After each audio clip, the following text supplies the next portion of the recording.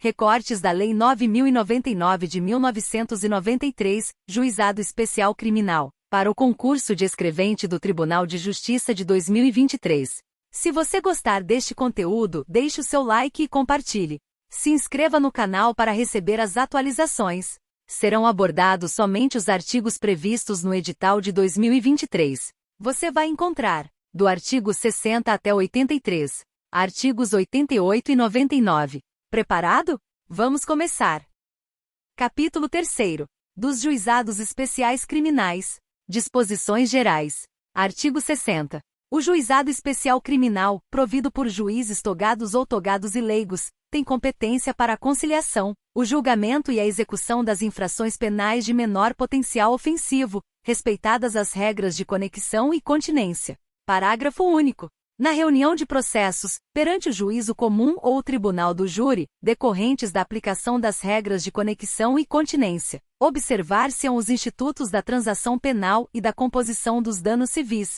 Artigo 61. Consideram-se infrações penais de menor potencial ofensivo, para os efeitos desta lei, as contravenções penais e os crimes a que a lei comine pena máxima não superior a 2 anos cumulada ou não com multa. Artigo 62. O processo perante o juizado especial orientar-se-á pelos critérios da oralidade, simplicidade, informalidade, economia processual e celeridade, objetivando, sempre que possível, a reparação dos danos sofridos pela vítima e a aplicação de pena não privativa de liberdade.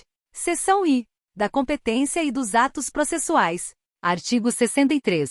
A competência do juizado será determinada pelo lugar em que foi praticada a infração penal. Artigo 64. Os atos processuais serão públicos e poderão realizar-se em horário noturno e em qualquer dia da semana, conforme dispuserem as normas de organização judiciária. Artigo 65. Os atos processuais serão válidos sempre que preencherem as finalidades para as quais foram realizados, atendidos os critérios indicados no artigo 62 desta lei. Parágrafo 1º. Não se pronunciará qualquer nulidade sem que tenha havido prejuízo. Parágrafo 2º. A prática de atos processuais em outras comarcas poderá ser solicitada por qualquer meio hábil de comunicação. Parágrafo 3º. Serão objeto de registro escrito exclusivamente os atos havidos por essenciais. Os atos realizados em audiência de instrução e julgamento poderão ser gravados em fita magnética ou equivalente. Artigo 66. A citação será pessoal e far-se-á no próprio juizado, sempre que possível ou por mandado. Parágrafo único. Não encontrado o acusado para ser citado, o juiz encaminhará as peças existentes ao juízo comum para adoção do procedimento previsto em lei. Artigo 67. A intimação far-se-á por correspondência com aviso de recebimento pessoal ou, tratando-se de pessoa jurídica ou firma individual, mediante entrega ao encarregado da recepção, que será obrigatoriamente identificado ou, sendo necessário, por oficial de justiça, independentemente de mandado ou carta precatória, ou ainda por qualquer meio idôneo de comunicação. Parágrafo único. Dos atos praticados em audiência considerar-se-ão desde logo cientes as partes, os interessados e defensores. Artigo 68. Do ato de intimação do autor do fato e do mandado de citação do acusado, constará a necessidade de seu comparecimento acompanhado de advogado, com a advertência de que, na sua falta, ser-lhe-á designado defensor público. Seção 2ª.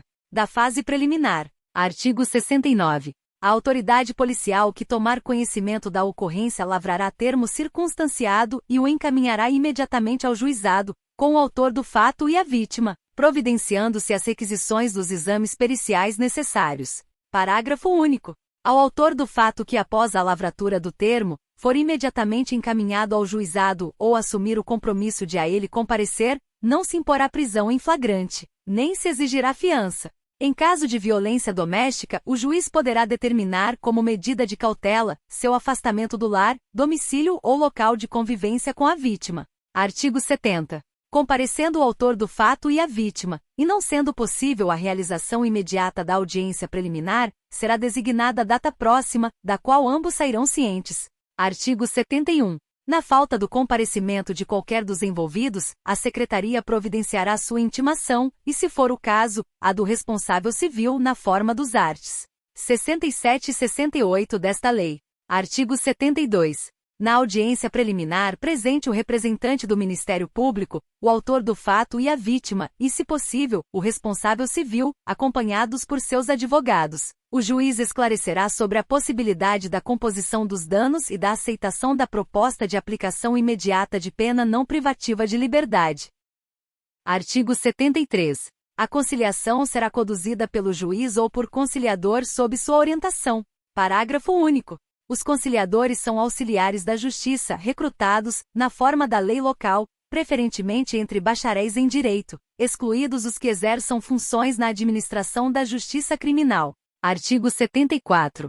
A composição dos danos civis será reduzida a escrito e homologada pelo juiz mediante sentença irrecorrível. Terá eficácia de título a ser executado no juízo civil competente. Parágrafo único. Tratando-se de ação penal de iniciativa privada ou de ação penal pública condicionada à representação, o acordo homologado acarreta a renúncia ao direito de queixa ou representação. Artigo 75. Não obtida a composição dos danos civis, será dada imediatamente ao ofendido a oportunidade de exercer o direito de representação verbal, que será reduzida a termo. Parágrafo único. O não oferecimento da representação na audiência preliminar não implica decadência do direito, que poderá ser exercido no prazo previsto em lei. Artigo 76.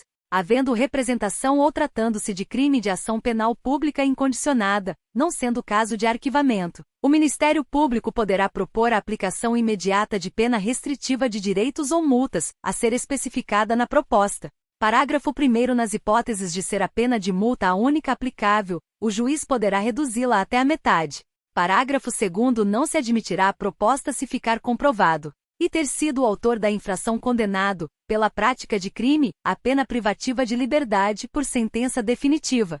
Segunda, ter sido o agente beneficiado anteriormente no prazo de 5 anos, pela aplicação de pena restritiva ou multa, nos termos deste artigo. Terceira, não indicarem os antecedentes, a conduta social e a personalidade do agente, bem como os motivos e as circunstâncias. Ser necessária e suficiente a adoção da medida.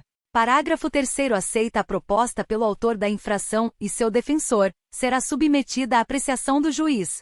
Parágrafo 4º. Acolhendo a proposta do Ministério Público aceita pelo autor da infração, o juiz aplicará a pena restritiva de direitos ou multa, que não importará em reincidência, sendo registrada apenas para impedir novamente o mesmo benefício no prazo de 5 anos. Parágrafo 5º. Da sentença prevista no parágrafo anterior caberá a apelação referida no artigo 82 desta lei. Parágrafo 6º. A imposição da sanção de que trata o parágrafo 4º deste artigo não constará de certidão de antecedentes criminais, salvo para os fins previstos no mesmo dispositivo, e não terá efeitos civis, cabendo aos interessados propor ação cabível no juízo civil. Seção 3ª. Do procedimento sumaríssimo.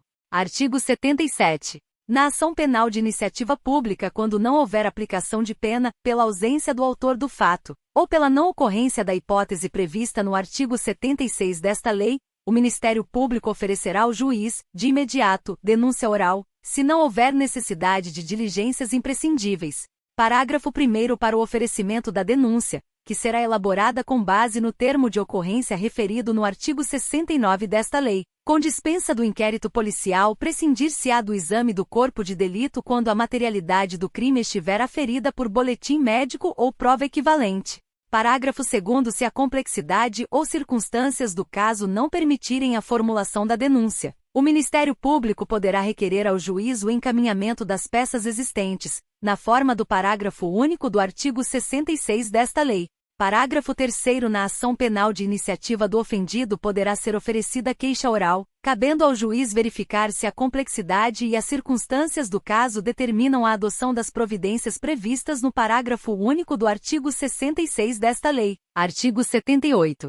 Oferecida a denúncia ou queixa será reduzida a termo, entregando-se cópia ao acusado, que com ela ficará citado e imediatamente cientificado da designação de dia e hora para a audiência de instrução e julgamento, da qual também tomarão ciência o Ministério Público, o ofendido, o responsável civil e seus advogados. Parágrafo 1º. Se o acusado não estiver presente, será citado na forma dos arts. 66 e 68 desta lei e cientificado da data da audiência de instrução e julgamento, devendo a ela trazer suas testemunhas ou apresentar requerimento para intimação, no mínimo 5 dias antes de sua realização. Parágrafo 2º. Não estando presentes o ofendido e o responsável civil, serão intimados nos termos do artigo 67 desta lei para comparecerem à audiência de instrução e julgamento. Parágrafo 3º. As testemunhas arroladas serão intimadas na forma prevista no artigo 67 desta lei.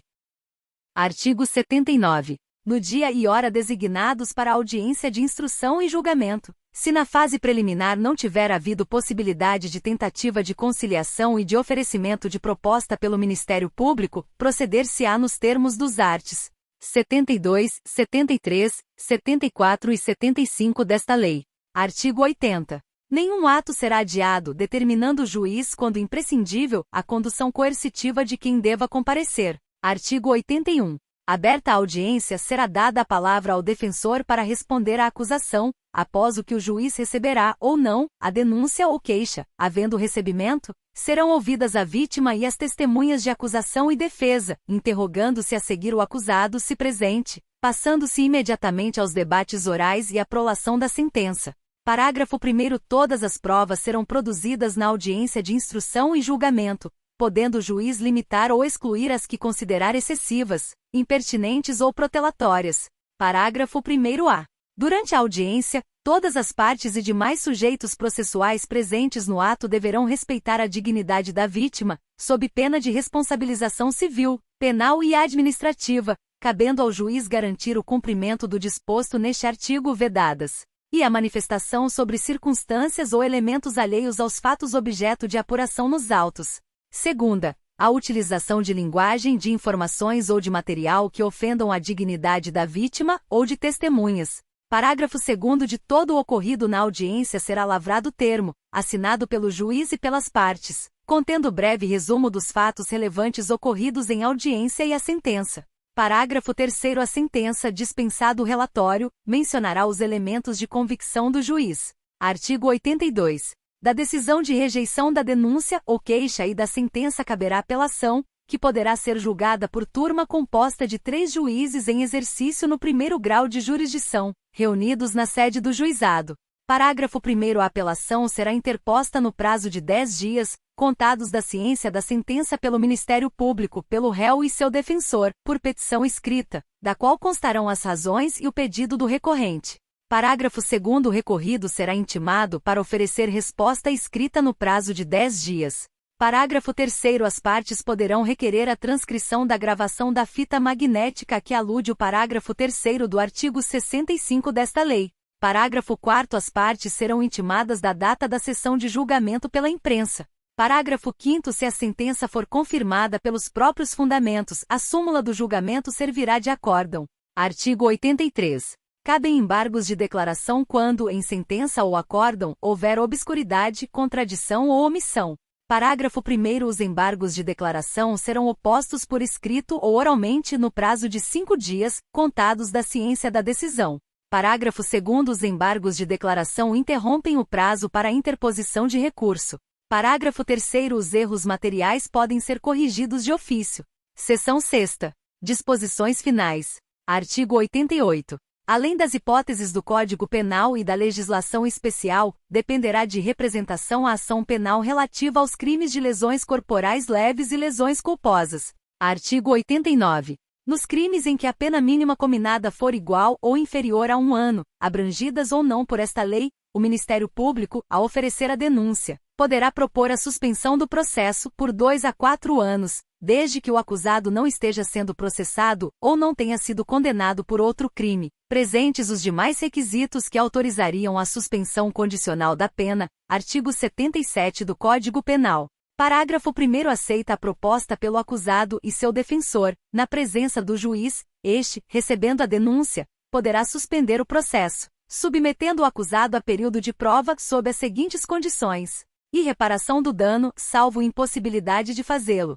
Segunda, proibição de frequentar determinados lugares. Terceira, proibição de ausentar-se da comarca onde reside, sem autorização do juiz.